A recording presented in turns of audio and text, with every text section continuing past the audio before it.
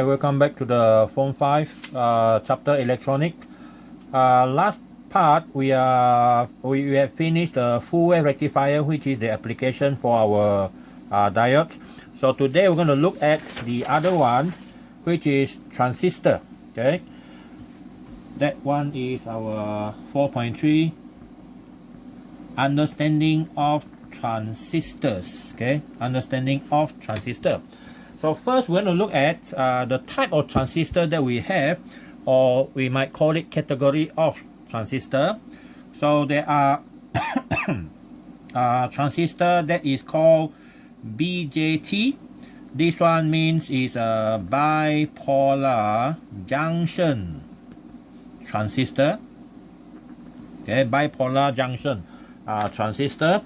That is a very common type of transistor that we are using, and this is the one that you're going to learn. And then other than that, we have this field effect transistor, FET. Okay, this one is field effect transistor. And then the next one is MOSFET. Okay, MOSFET, this is a metal oxide. Okay, metal oxide field effect transistor. These are normally very expensive transistor, but they are very good at signal processing and power. Okay, and power. And this one is also much better than this, but for normal usage, BJT is just nice. There are example of transistor that I have here. These are example of transistor. All right. So something that looks like a alien, very small. If you compare with a pencil that I have here. So look at, this is the tip of the pencil, so this is roughly the size of the transistor. And then you can see there are reading here. Okay, it's very small, right? So this is example, this is metal casing, 3 leg, 1, 2, 3. And then another type is the plastic casing, right? Plastic casing also very small. Okay, so that is our another type of transistor. And then another type is a more powerful transistor. This one comparatively to the plastic casing, this is about 5 times bigger. All right, so this is a type, and this one have a additional heat sink here. So the purpose is to take away the heat and to cool down the transistor, because this one operate at higher current. All right, so these are example of transistor. Some transistor are even larger than the one that I have just now. So these are BJT transistor. Okay, BJT transistor. MOSFET transistor, I wouldn't dare to take it out because it's very sensitive to electric charge. Okay, so we normally don't use it. We just leave it inside aluminum foil so that it don't get any discharge or charge from the external environment. All right. So now the transistor. Okay, why we call transistor? Because it's actually the 3 terminal 3 electrodes equipment. So one of the transistor that I can draw is something that looks like this. Okay, so I draw this transistor. There are actually 3 layers in a transistor. Now one of the layer is at the top, another layer at the bottom, and then somewhere in between, sandwich in between, is this very thin layer of different type of semiconductor. Okay, so now if I put this one is the N type, and the one here is the P type, and another one here is the N type, so that means I sandwich a P type in between N type. So I have 3 electrodes, one at the top, one at the bottom N layer, and then another one come out from the P layer. So this transistor is called NPN transistor. So our TR will be our subsequent symbol used for the meaning of transistor. So this is a NPN type, and normally the P layer in this NPN type is very thin. Okay, very thin. So the symbol for the N type, okay, is something that looks like this. Okay, the symbol we use for electronic symbol, I mean, you're going to have this, okay, this one and this one, and come out from the transistor. Okay, something like this. And then NPN, we have this arrow here. Okay, the arrow is at the bottom. So in this case, we will name these 3 electrodes B, okay, this is C, and this is E. So that means by comparatively, this is our B, this is a C, this is the E. Now what are those things stand for? The B is the base, okay, the C is the collector, and then the E is the emitter. Now the B, C, D stand for what? The C is the collector, to collect current, okay, to collect current from the positive charge of the terminal, and then emitter is emit back the electron or the current back into the negative terminal.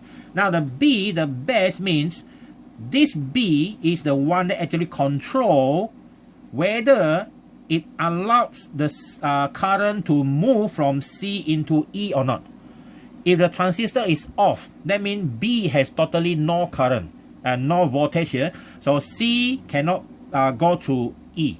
The current cannot move from the C to E. Okay? But when B, the voltage is high enough, then there is current allowed to pass through from C to E. So that's why the direction of the arrow is like this for NPN type. So B, in other words, is used to control something like a gatekeeper. Okay, it keep the gate whether open or off so that current can flow through. Then why is the point of having this type of structure here? You can, why not you just control here directly? They put a switch here directly in and out. Well, the difference between direct contact switch with transistor is this. You can control the gate here using a very small voltage or very small current, normally in a few microampere. Okay, microampere, and then here you can control a current of milliampere to sometimes ampere, depend on the power of the transistor. So that means there are safety features here. You're using very minute current to control a larger current. Okay, so sometimes because of that effect, a transistor is actually used as a current amplifier. Okay, you can amplify whatever happened in B. Okay, so that is one of the function of a transistor. Now the next one, okay, the next type. So now we have NPN, right? This is the first type, NPN type. The second one now is the PNP. So now I think you have some idea on how does a PNP looks like. So this is our PNP. In between, you sandwich a very thin layer of N type. Okay, this is an N type, this is a P, this is a P, and again we have 2 or 3 terminal. One is the base, this is still the C and the E, and then the symbol that we use for this type of transistor is more or less the same. The only difference is the direction of the arrow. Okay, so this one is the same, this one is the same. Now, the only difference is the direction of the arrow at E. This one is our B, this is a C, and this is a E. So you see that the PNP, the arrow point in. So that means this transistor is used for the opposite type of the circuit where the current is going to move in this direction. Well, why we have this type of arrangement? Why don't just one type of transistor is good enough? But because the reason is when in designing a circuit, sometimes we are facing problem in simplifying things. When you try to miniaturize or simplify the circuit as much as possible, by using one type of transistor, there are certain limits that we reach. You cannot make it simple anymore. But by designing another type of a transistor, we can actually eliminate the limit. Okay, we make it even simpler. All right, so that's the reason why we have this type of transistor. So this one will be the same, the base, the collector, and also the emitter. All right, so now we're going to look at how transistor function actually. Okay, how it works. Okay, how it works. So this is transistor on how transistor works. Okay, how transistor works. So to know how transistor work, we have to imagine that we have a circuit. Okay, so I'm going to use a circuit to draw a transistor with a circuit. Okay, so let's say this is a transistor. we are using NPN transistor. Okay, I'm going to use NPN transistor.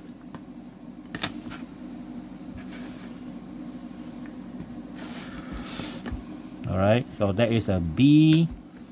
This is going to be the C, and this is the E out. And then I'm going to have current.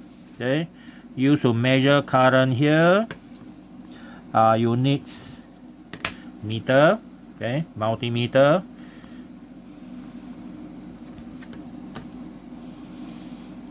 So this one is our power supply. Normally the power supply connected to the C and E is much larger. And then here we have a milliammeter. Okay, a milliammeter. And then we need another meter here. Okay, another meter here to show the amount of current that passed through B. So this one is our microammeter. And then we need something that we can control the current. So we need a rheostat here. This is our rheostat. And then our power supply. We don't need such a big power supply. This one normally small power supply is efficient. Alright. So this one we have V1. This one is our V2. And then this is our rheostat. This is our microammeter, milliammeter. This is our NPN transistor. So we want to find the relationship between the current here and here. Now, I will call the current that passed through here is IB. And the current that passed through here is IC. And the current come out here is IE. Alright? Now, when we switch on the system, let's say we start with 0. Okay, we start with 0. So we open the switch here. So what happens is no current. Okay, no current in IB. So this circuit here, this part of the circuit is called circuit BE. Okay, circuit BE. And this part here is called the circuit CE. Okay, the CE circuit, and this is the BE circuit. Okay, and the whole thing is called the BCE circuit or just transistor circuit. Now, when we switch on, okay, we increase the current by reducing your rheostat here.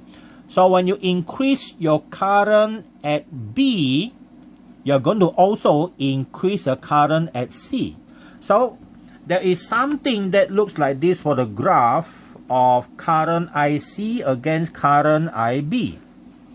Okay, let's assume this is our current IB, and this one here is our current IC. So of course this one in milliampere, this one will be in microampere, very small.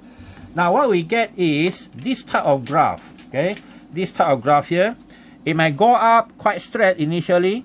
Okay, and then by the time it reaches the ability, the limit of the transistor, the current started to drop and finally become saturated. Okay, finally it will become saturated.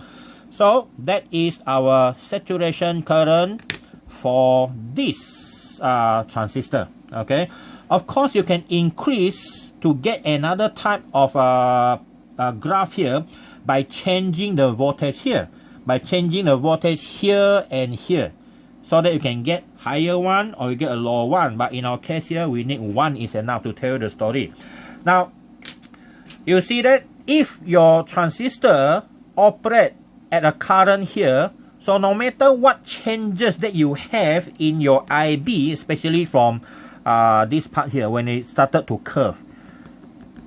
So here they have the transistor, okay, is not functioning as required. Okay, as required, meaning that you can increase your current, change your current of IB, but you don't see any changes in your current IC. So that means in this case, the transistor is said to be, the transistor is saturated. Okay, saturated. That is what happened to the transistor. Now, so where do we use a transistor? We use the transistor here. This is the useful range of IB and of course IC. So that means what is actually only this part here is useful for us because why?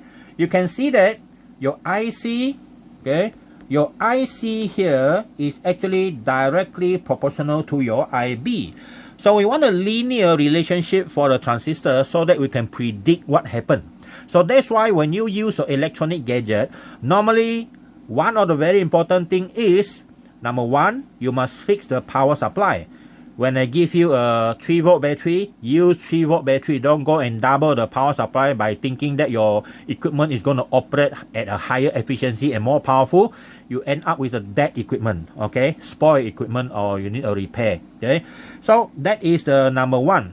Number two, why we need some sort of a heat sink for our transistor, okay? The heat sink here is for the purpose when you are operating at higher current, the what we call that, the temperature of the transistor will increase.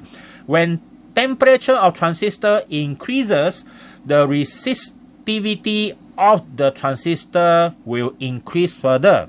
When that happens, you are going to have a larger current pass through and finally spoil the equipment. So that's why we need to have heatsink to control the temperature of the transistor so that they are always within a certain range according to the specification from the manufacturer. Okay, so that is one of the characteristics that is shown by our transistor here. By changing the current here, by adjusting the rheostat, and then you record down what you have and plot the graph. This is what you're going to have for bipolar junction transistor. All right. So you see that it's not continuous. Okay, it's not continuous, but you can actually get a larger range by choosing another type of transistor. You can go to Google to find out what transistor you need by specifying what is a power supply, what is a range of control, like how much current you want to control for the other part of the circuit, and maybe what is what frequency. Is it for just powering something up, or just to, or to process signal? Okay. So those are the possibility that you can actually get from Google, okay, to find out what type of transistor you need. Okay, transistor come with coding. For example, this transistor here, I'm not sure whether you can see or not. Is written there is 1061. Okay, so 1061 is a transistor used mostly for powering something. That's why it has a heatsink. All right. So that is the how transistor works. Okay, how transistor works. Now, you have to remember, transistor, for our case here, we are talking about silicon transistor. So, as you remember from our previous chapter, okay, our diode functions when the voltage is larger than 0.6 volts. So that means if the power supply or the voltage across the B and E here, okay, the B and E, if the voltage here is less than 0.6 volt, that means your transistor will be off. Okay, will be off. So that means why BE is important. If you look at BE, see or not, this is B and E. B and E is 1 P and N. What is PN junction? PN junction is actually a diode. It is a diode. So if it is a diode, oh sorry, here I made a mistake. This is supposed to be P. This one is P. Okay. So now, if it is a PN diode, you want it to able to pass through current in this direction, your voltage must be at least 0.6 volts. Okay. And the same thing for this. This one is when currents are moving from E to B. E to B, you see, this one is actually a diode, right? A PN diode, a PN junction. So in order for current to pass through, a minimum voltage of 0.6 is needed. Okay, anything less than that, your transistor is off. Okay, so I have to remember that also. When voltage between BE is larger than or equal to 0.6 volt, then your transistor will be on. Okay, if it is less than that, then your transistor will be off. All right. So next one, we're going to look at the application of transistor. We have a few applications here. Okay, number one is transistor as a switch. Okay, transistor as a switch. This transistors application. Okay, so number one, transistor as a switch. Okay, oh sorry, first one is transistor as a current amplifier. Okay, a current amplifier.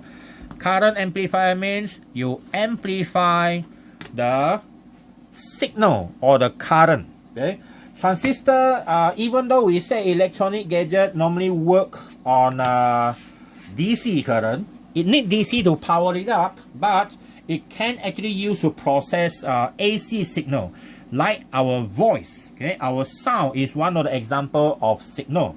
Now, one of the application under this category, which is called the current amplifier, is a loudspeaker. Okay, amplifier system. So we draw that system. We are drawing a simple single stage. Okay, single stage amplifier system. So first, when we draw electronic circuit, we normally start by drawing the main component first. In this case, it is the transistor. Okay, so this one, and then we need a power supply here.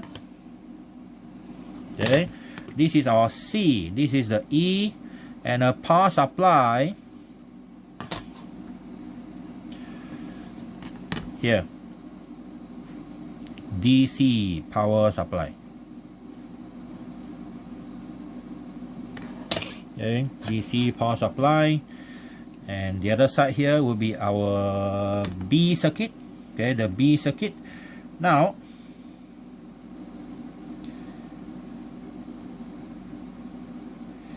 because the B side is a very thin layer sandwiched in between, whether it's NPN or the PNP. So if it is very thin, it is easily spoiled if you have a very large current. So to reduce that problem, we put a resistor here. This resistor normally refer to be RB. Okay, RB. And then we need something to convert our voice into electrical signal. So we need power supply, of course. Here we have power supply.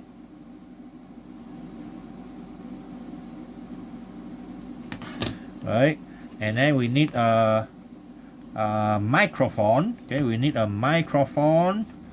So this is our microphone at the top here.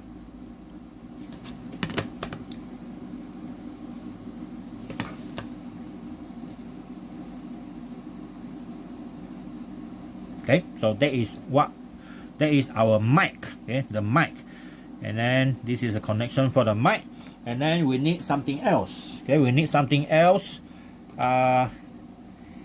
We need actually another one, which is called the capacitor. Yeah, the capacitor. All right. So what is that capacitor for actually? Capacitor actually is to stop the DC from entering this one here, but electrical signal can still pass through. So this is one way to connect the capacitor like this.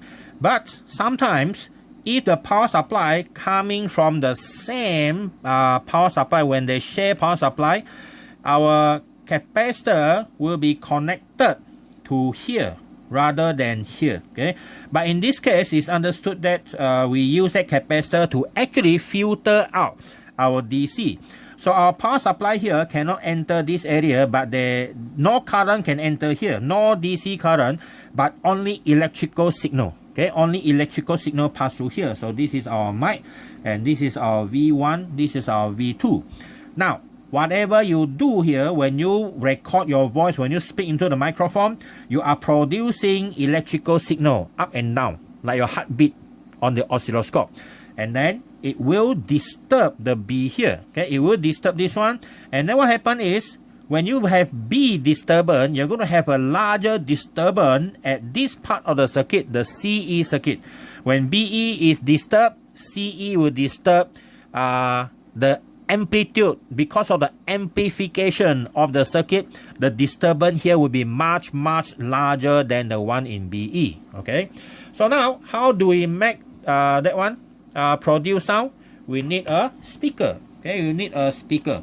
So that speaker can be connected parallel. Okay, it can be connected parallel to your CE. Okay, you can connect parallel to your CE. Alright, so that is our speaker. Alright, so that is a speaker S. Okay, speaker S. Now, sometimes a speaker S, you have a connection for another capacitor. That one is to actually to put some lagging inside. Okay, put some lagging inside. So this is how it works. Okay, this is how it works. So when you speak into the mic, your voice, which is a sound energy, is converted into electrical energy in this part here of the circuit. And then this electrical signal from your voice is going to disturb, control the CE circuit here, but with larger magnitude. Okay, with larger magnitude. So this is the drawing that I'm going to show you on how it works. Okay, so now we have the current, okay, against time in B, IB here, and then this is the current and disturbance in IC. Okay, in IC. So IC normally in milliampere, this one in microampere. So imagine the signal is actually very small. So now let's say you have a pulses, okay, something like that, and then you start to speak into the microphone. You have something like this. Okay, so that is what you say, hui, a sound produced like that. And then this is our guideline now. Your signal will be amplified. The one with no signal definitely stay the same. Okay, definitely stay the same.